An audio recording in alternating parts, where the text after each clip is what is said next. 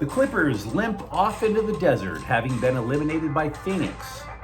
A USC basketball decommit does not open the door necessarily for LeBron James' son.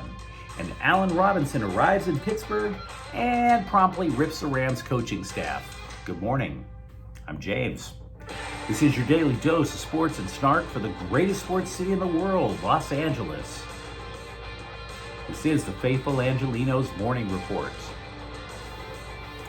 It is April 26, 2023. It is a lovely morning up here in Portland, but I can't wait to get the hell out of Oregon. Let's talk LA sports. It always makes me happy. If you like the content we put out, clickety-clack the like button. Clickety-clack the subscribe button. There's a notification bell. Hit that. It'll let you know we drop new content. Sharing is caring. Let people know we exist, and by all means, comment. We have had so much to talk about this week. You've got to have opinions on some of this stuff. So before we go through the news and notes, a look at the scoreboard. Norman Powell tried his best. He scored 27 points. Clearly wasn't enough. Phoenix at one point led by 20 points. They wind up eliminating the Clippers 136-130. Phoenix wins the first round series, a best of 7, by a count of 4 games to 1. We'll talk a little bit more about the Clippers and their offseason and everything that went wrong in just a moment. Edmonton 6, the Kings 3 in Game 5 of the Stanley Cup first round. Edmonton has pushed the Kings to the brink of elimination. They lead the series 3 games to 2. Adrian Kempe scored a goal, added an assist for the Kings. The series will pick up back in LA, Game 6 on Saturday. The Dodgers rallied from 6 runs down to edge Pittsburgh 8-7. Chris Taylor's 3-run home run wins it, which is good. However, Noah Syndergaard, we might have to start considering another option if you're in LA. The Dodgers will be playing Pittsburgh again today at 3:30. Tony Gonsolin's making the first start of the year for him against Roansy Contreras, who is 2-1 with a 4.57 ERA. The Lakers have a glorious shot to end this first round series tonight in Memphis. That game is at 4:30. The Lakers lead the best of 7 series 3 games to 1. Please end it. I'm tired of talking about Dylan Brooks. Tired of talking about poking the bear. All I want is for LeBron James, who appears now to be on a mission in this first round, to just put the bullet in old Yeller and just end it so we can all move on with our lives. LAFC is going to be playing at Philadelphia at 6 p.m. tonight in CONCACAF Champions League semifinals. It is going to be the first of 2 legs. It is also a rematch of MLS Cup. And if you remember that game from last year, that was just extremely compelling soccer. So yes, I am absolutely down with watching the rematch. It was kind of amusing to hear Paul George before Game 5. I think we pretty much all knew that the Clippers were basically dead men walking around Phoenix, which is actually pretty common when you're in that desert. I mean, if it's the mist coming over you, it's the only thing that's allowing you to breathe out in the desert. It's so dank out there. But Paul George actually waxed optimistic and said that he might be available if the Clippers would survive and go on to round 2. Wishful thinking, absolutely.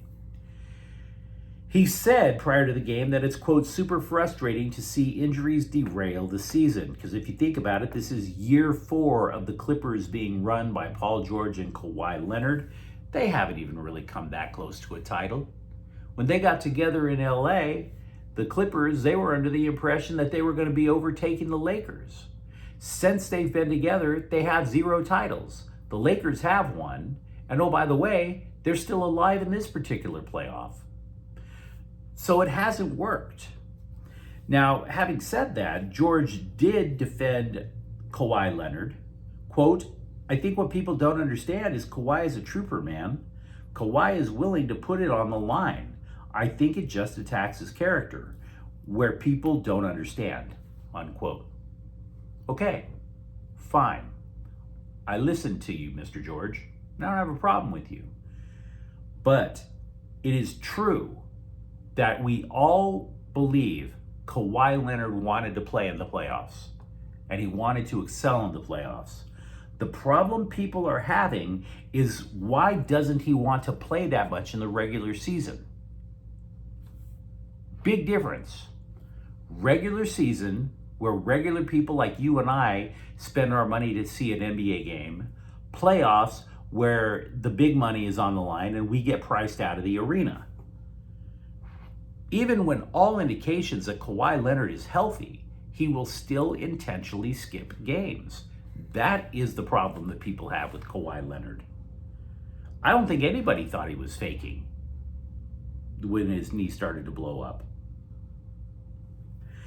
By the way, did you notice throughout the series that Kevin Durant, a former teammate, and by the way, 6'10", was the one guarding Russell Westbrook? Did you notice that? That was intense. And yet, Westbrook had back-to-back 30-point performances in the series against his old teammate, who's clearly taller. So I have a question. Do the Clippers keep him? Because we're about to talk about their offseason plans. Do they keep him? And if so, how? Because he's not going to play for chump change next year. Not at all. And there's a new collective bargaining agreement between the Players Union and the NBA that is going to add stiffer penalties for teams who are consistently way over the cap, like the Clippers. The core for the Clippers, that's probably staying together. Definitely the core of Kawhi Leonard and Paul George. They don't become free agents until 2024. Out of the players that are there, the top 6 scorers are still on the roster under contract. The only free agents, and there's only a few of them, that I think warrant a new contract would be Russell Westbrook and Mason Plumlee. If you recall, before trading for Plumlee, the Clippers didn't even have a backup center. Yeah, if Ivica Zubac was injured, if he got in foul trouble, they would pull him from the court and they would just run power forwards out there trying to think it would make up for the slack. And it didn't. It didn't. Mason Plumlee was legit and gave them an added dimension whenever Zubac was not on the floor. Also, do you remember that they tried multiple people at point guard? And that wasn't working either until Russell Westbrook came along. They tried Reggie Jackson. They tried John Wall. They got rid of both of them before bringing Westbrook in. So the Clippers need to figure out how they're going to keep those 2 players in. They might have to trade some of their other assets in order to squeeze both of them in under the cap. Also, if you recall, during the regular season, there were rumors about Ty Lue losing his job during the season. At the end of the season, they asked Lue about it. He says he has every expectation to be back. Now, before we go on to the other teams and notes, just a quick note about last night's Kings game. They did look that bad. It was not a fun match. Eunice Korpisalo was pulled. Quinton Byfield was dropped from the first line all the way down to third. There were multiple reasons for that. Yes, he did finally score last night. It was his first goal since mid-March. But even worse, Leon Draisaitl has absolutely been killing him out there. This is supposed to be a big physical forward designed to neutralize the other team's top forwards, and Draisaitl cannot be stopped. Even worse, the Kings' penalty kill is completely malfunctioning. Edmonton has scored on more than half of their power plays. So I'm not saying the Kings are done. No, I'm not going there at all. But they have their work cut out for them now. Recently, we reported that guard Silas Damari Jr. decommitted from USC basketball. The original reaction from a lot of the scribes and a lot of the bloggers was, ooh, that's going to open up a roster spot. It must be for Bronny James. How exciting. We're getting LeBron James' son. Not so fast. Not so fast. They went to the Damari family, and Silas Damari Sr. said it had nothing to do with Bronny James possibly going to USC.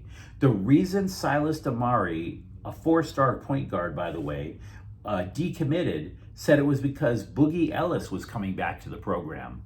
Quote, with Boogie and Isaiah Collier in the backcourt, there was no way for Silas to even play. They told us he'd play 20 to 25 minutes, and that went down to like 8 to 10. They stressed to us the entire time Boogie wasn't coming back. People were thinking it was Bronny, but Silas was okay with playing with him. So there's that.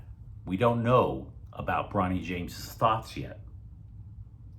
Allen Robinson arrived at Pittsburgh and lit into the Rams coaching staff, saying, quote, "If you're a fork, you don't want to be used as a spoon the majority of the time," unquote.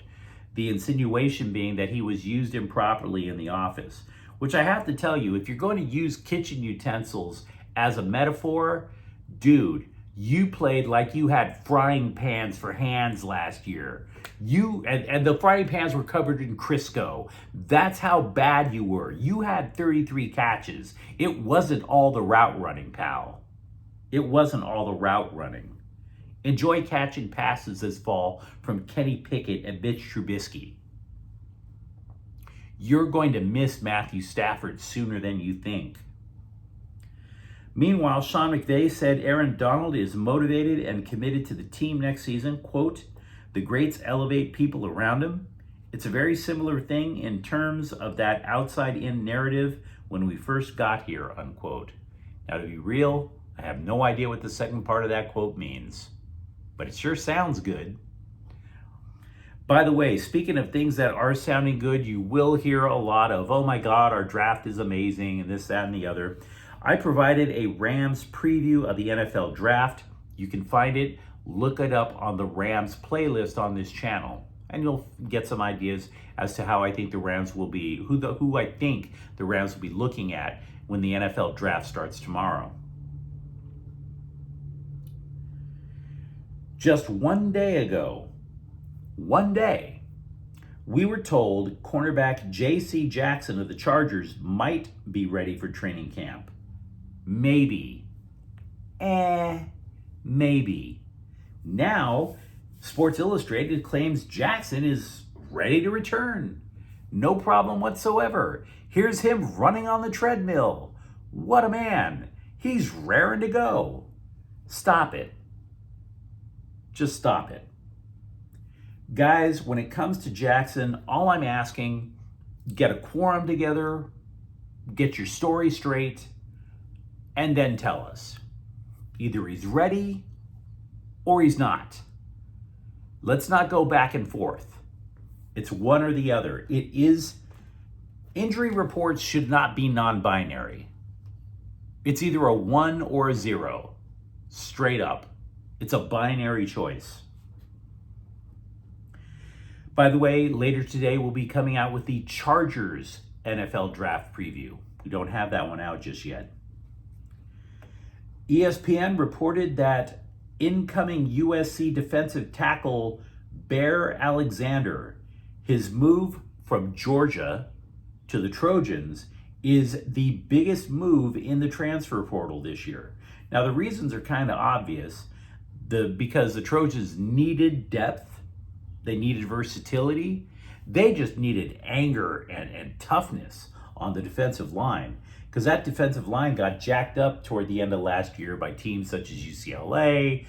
They got jacked up by Utah. They got jacked up by Tulane. Yeah, they needed to get some old school rage on the defensive line. And Alexander is apparently going to provide it. But is he really the most important change from one school to another?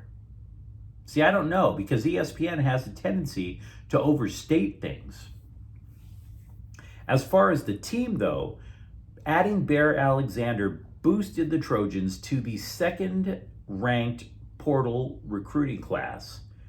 And if you look at the people that they brought in, you can understand why they were ranked so high as a team. They added 6 4-star players to the roster. 4 of them on defense, I might add. 4 of them on defense. The only program that had a bigger impact, that used the transfer portal more completely than USC, was Colorado.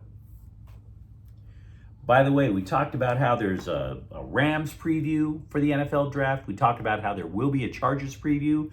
There are already previews of USC's prospects out there on our channel, and there's also a clip on UCLA's prospects for the NFL draft. You can find them by looking in the respective playlists. We can add a fifth player from the Dodgers last year who has now left their club on paternity leave. 4 current Dodgers in the last week have left on paternity leave, and Cody Bellinger, former Dodger now with the Cubs, also on paternity leave. All 5 of them within the last week. So I realize this is an offensive question to some of you guys. I get it, but I have to ask again. That many people leaving on paternity leave at once? Who organized this massive Dodgers raw dog orgy? That many babies being born at once? Are you kidding me? Something crazy happened 9 months ago when the Dodgers were on the road in Miami. I need to know this story. I really do. Because we ask the uncomfortable questions here at Faithful Angelenos. But you let me know what you think in the comments thread. Let me know what you think about the Clippers offseason that's coming up. Let me know what you think about USC football and basketball, for that matter, the NFL draft. And if you enjoyed this content, don't forget to subscribe to Faithful Angelenos. We talk LA sports every single day here. Thank you for watching. I'm James. We'll be back tomorrow. By the way, breaking news, Kawhi Leonard has a torn meniscus. That is just crossed about 2 minutes ago. Kawhi Leonard has a torn meniscus. It is an injury to the same knee that cost the 2022 season. Let me see if I can get you any more information before we split. Nope, it's just a torn meniscus. At any rate, Faithful Angelenos is a Kian Cortel Queso production. Take care. Bye-bye.